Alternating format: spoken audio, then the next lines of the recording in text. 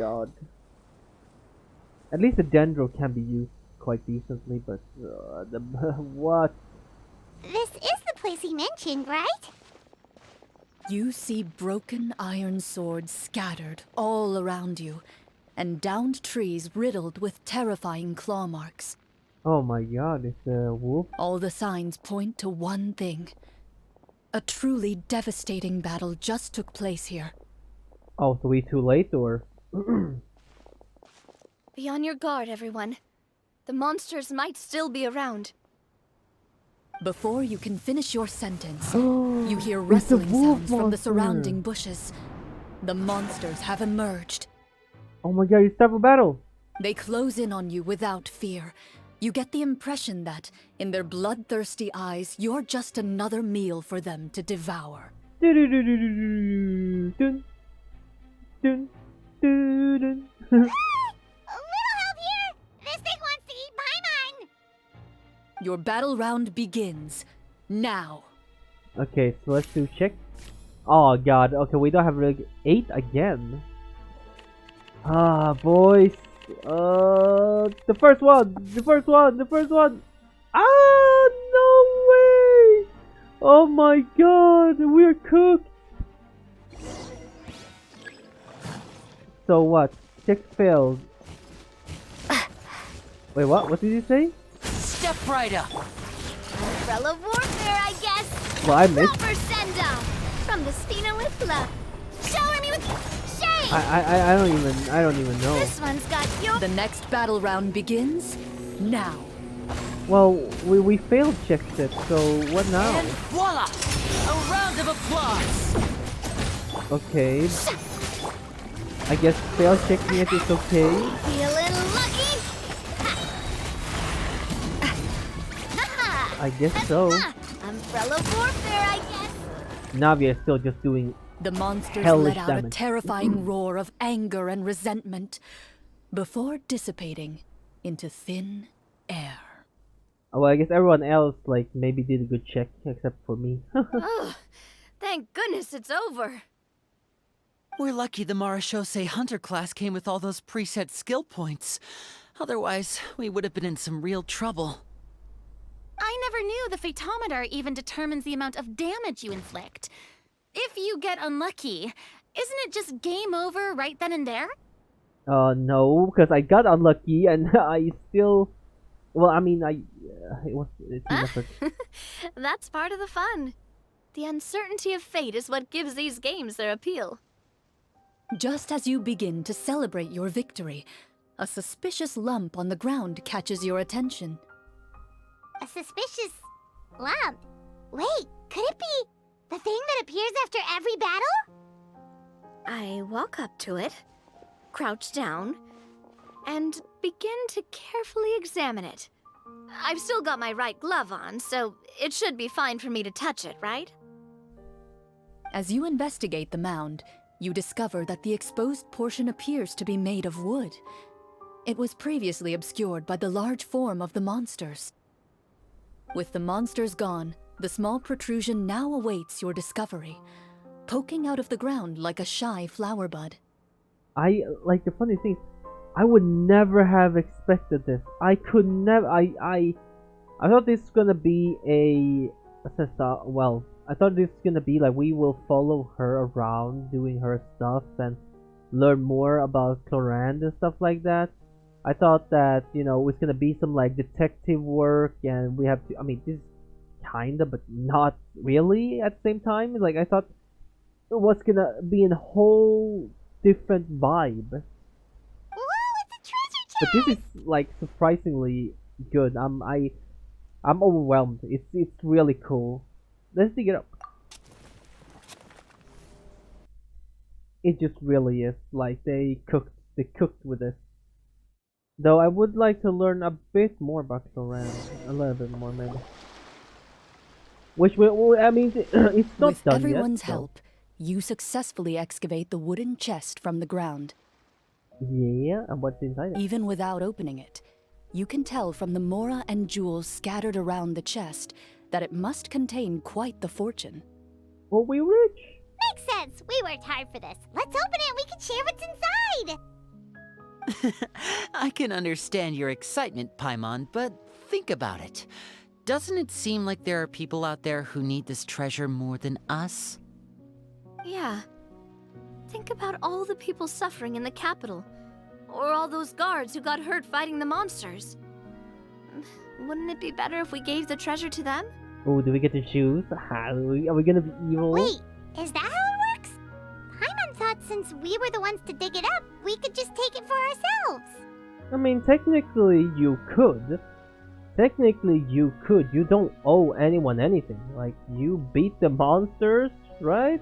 You found the treasure, right? You got it. But if you want to be a nice person and be a hero, yes, the right thing is probably gonna give the money to the people. So, yeah. Well, let's put it this way. Any decision you make during a role-playing game can impact the future course of the story. Uh-huh. But would the people really believe us?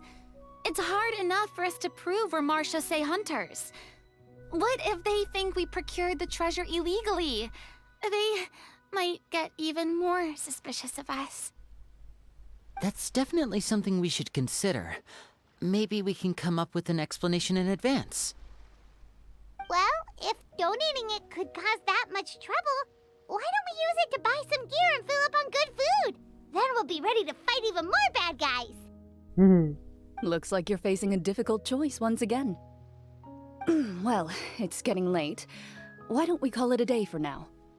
Oh. Wow, where did the time go? I'm not sure if it's because I'm having so much fun with you all or because the story is particularly enticing, but I feel like I could almost keep going. It's a basic story, but yeah. Here, fun. here. It's fun. I mean, Ooh, how about we play through the night? oh my god. I'm not sure I'll have enough energy for that. Real. Real.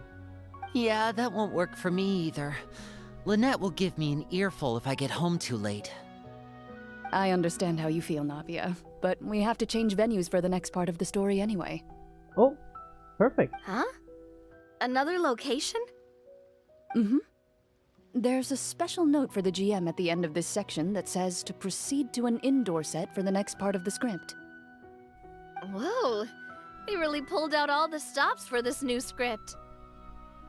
Well, even if we end the game for the day, we can still stay a little longer and hear Clorinde finish her story, right? Paimon wants to hear more about the history of the hunters. Something tells me you just want to finish the free desserts before we break for the day. Hmm. That's just a coincidence, okay?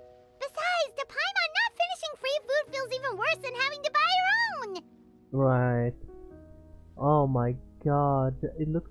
everything looks delicious. Delicious. Or the macarons. And anyway, Paimon really does want to hear more about Clorinde's master. Well, If the story doesn't have a happy ending, it's okay not to finish it. It's nothing. I appreciate the concern, but it's all in the past. It won't do any harm to share these things now. Okay. Okay, we did get to learn more. Let's see. I was gonna say it's not over yet, so we should, you know. My earliest memories are of living with Master.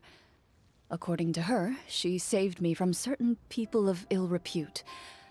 My birth parents had left me behind some time before that. Ow. What a heavy beginning for a life story.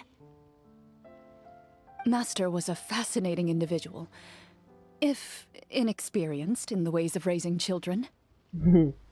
My first ever toy was a short sword. Although I suppose it wasn't so much a toy as something Master removed from her waist and handed to a noisy child in need of distraction. Oh, wait, so she handed an actual sword to a child? Isn't that dangerous? Did you hurt yourself? Well, if she did, then she would have learned, like, well, I should probably not pokey swing this around, because then I could ouchie myself or others, right? Of course I did. I cut my palm and bled quite a lot. Oh. But Master was not concerned. She just stood there and casually lectured me about it. See, that's what you get for not holding the sword properly, she told me. See? She then crouched down next to me and said, "Give me your hand. I'll teach you to bandage this wound. After that, it's time to learn how to truly hold a blade." Excuse me for asking, Miss Sorry, Clorinde, so early. but how old were you exactly when all this happened? Probably around, 3, give or take. 3? 3? Isn't that when most kids are still struggling to hold a fork? Well, As I said, Master was rather inexperienced in the ways of raising children. She believed trial and error was the best way to teach a child what they're capable of. I'm not so sure this is a question of experience. I didn't see anything wrong with her ways at the time. And anyway, children don't get to choose how they're raised. Oh, she did bring me back a pet from Liyue once. It was a Geovishap hatchling. a pet. They are not pets. A Geovishap hatchling? For a pet? That seems even more dangerous. What she said was this: make sure to get along, you two. If you really can't agree on something, just settle it with a fight. Whoever loses is the real pet. Oh my god, what? And how old were you when this happened? 4. 5. Well, did you win? Nah. No, this- I lost. So well, she's a pet then. So you're saying you actually became the Geovishap's pet? Yes, but only for a week. By the end of that week, I defeated it in combat, and we've shared a cordial relationship ever since.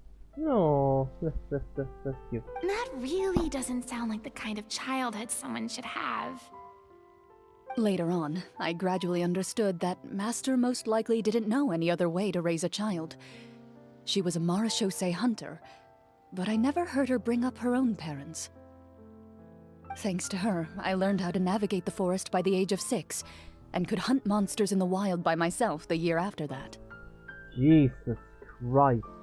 Even though the training she subjected me to was strict, she always made sure to take me traveling when she had the time. We met many of her friends during those days. That was also how I met Mr. Callis and his family. I still remember the first time we met. You were too scared to join our picnic and hid behind Ms. Petronia the whole time. Oh, shy little Chlorine. I still hadn't really met many children my age at that time, so I didn't know how to interact with others. Since you still After remember. that, though, you started coming over a lot. You loved challenging people to shooting competitions, remember? I don't think many members of the Spina ever beat you in one of those. I had a lot of fun during those days. I enjoyed them too. Oh, do you remember that one time we went exploring around the Spina together? We overheard Papa call your master Fontaine's Protector of Justice. We tried to pretend like we never heard anything, but you nearly let it slip that one time. Protector of Justice. Oh, wait, you mean that vigilante hero from 20 years ago? The one who is always active at night? Yep, that would be her. She often would put on a black cloak and go out at night. I never knew where she went or what she was doing. Until, like Navia said, we overheard the truth from Mr. Callis that night. 20 years ago, huh? I still remember the guards leaving all kinds of witness reports about her on Nervalette's desk. My apologies.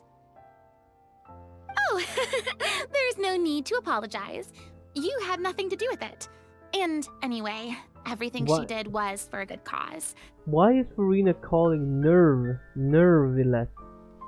There's no R there, is it? Is it Nuvillet? Why she say Nervillet? Doesn't matter. I don't. It's still. It's just. I'm just. You know. Usually you listen to the character how you pronounce their name, and I don't think you say. Really? You say Nervillet? I'm pretty sure it's Nuvillet. Because it's so orange. Although, calling herself the protector of order was a bit Blue much. crab, blue crab. Especially when she deliberately operated outside the law. Huh? When did the Protector of Justice become the Protector of Order? Oh, she had a bunch of code names. I heard she would just come up with a name on the spot whenever she was asked. Later on, she probably got sick of answering those questions and decided to stick to just two. The Protector of Justice and the Protector of Order. That sounds like her, all right. I bet she forgot which of the two she'd use by the time she got back each night. Well, she certainly sounds like a fascinating Sorry. individual. With her strong sense of justice, it's no The surprise mic her is so student close to followed the in her accident. It hits it footsteps. sometimes. It's true. I always wanted to become like her. Someone powerful, independent, and with a strong sense of conviction. But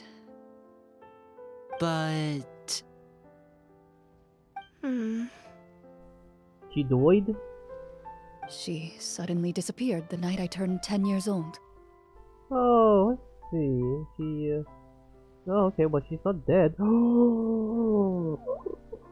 Oh, I see what they. I see. Hey, I see. I see what you're doing. I see what you're doing. Everyone see what you're doing.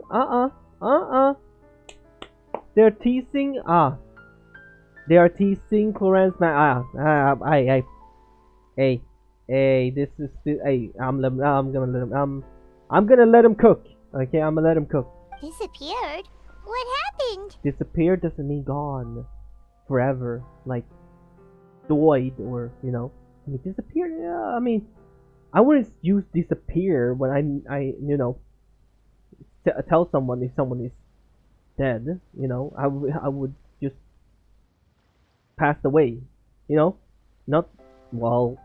He disappeared. It's like, oh, so he is still maybe out there somewhere. He's just off. I have no idea. She didn't even leave a note. I was never able to find out where she went. Damn. That night, I was celebrating my birthday at Navia's house. But Master never came to pick me up. When I returned home on my own, it was to an empty house. When she still didn't appear after a few days, I went to Mr. Callus's house to ask about her whereabouts. But he only shook his head. Papa probably didn't know either. I know he sent a few people to investigate the matter in secret, but they never found any credible leads. Don't worry, I understand. Just bored.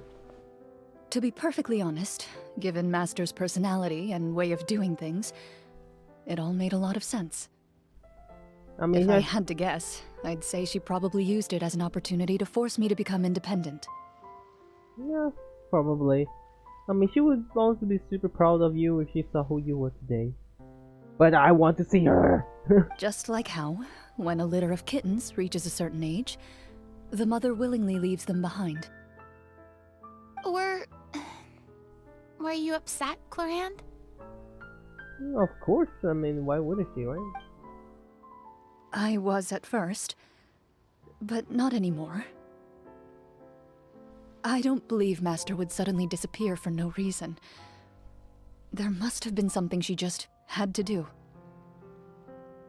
Well, despite everything, you still managed to follow in her footsteps and become the greatest champion duelist in all of Fontaine.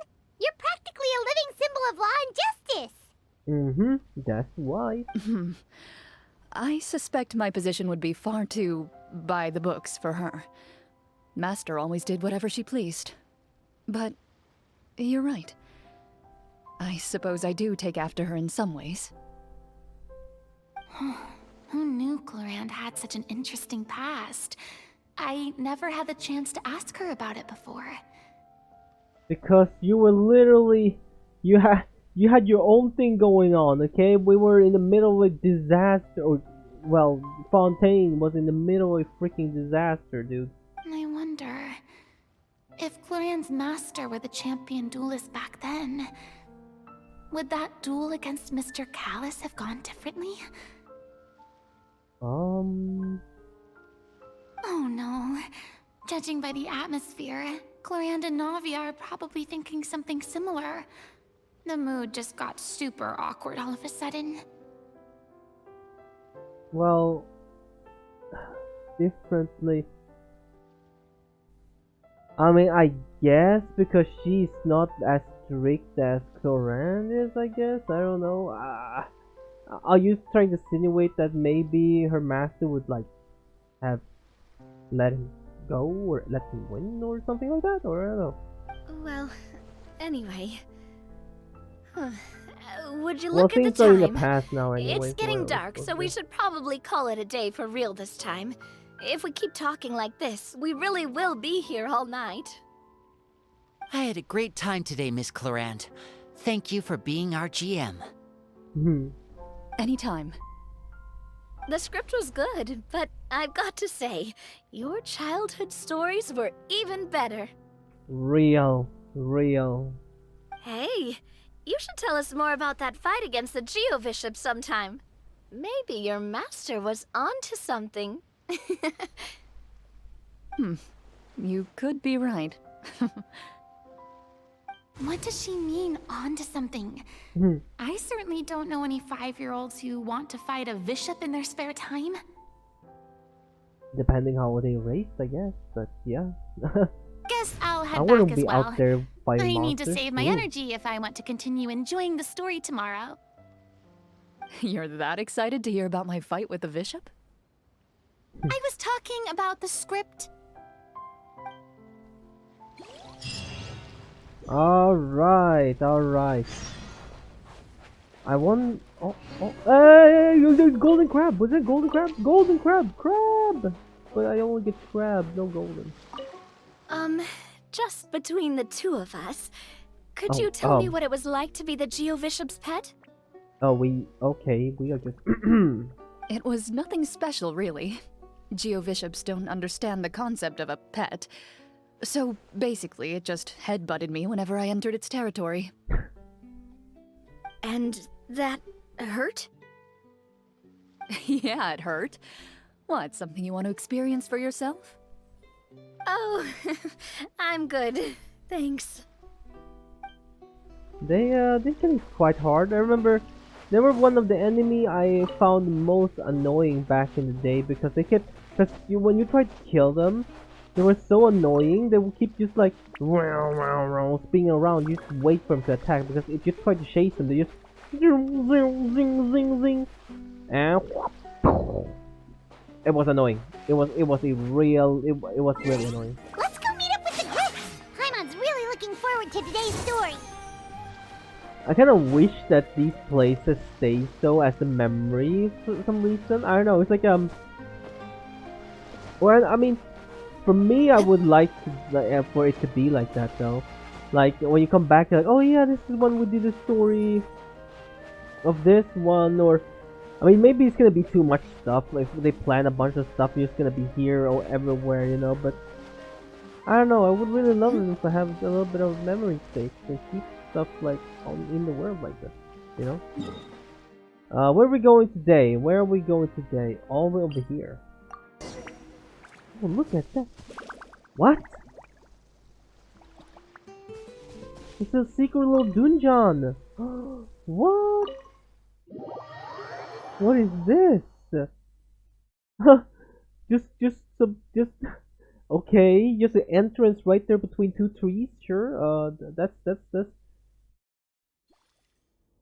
how is this? Where are we? This is like a new place. Looks like everyone's here. Oh my god. Now, before we begin, why don't we finish where we left off yesterday? There was an important decision to be made, yes? I'll pour everyone a cup of tea. We already have. Is that really the most important part, though, Clorinde? Paimon's more concerned about our current surroundings. Yeah, like what is this place? Heavy walls, cold railings, dim lights. This is obviously supposed to be a prison. I admire the work put into the set.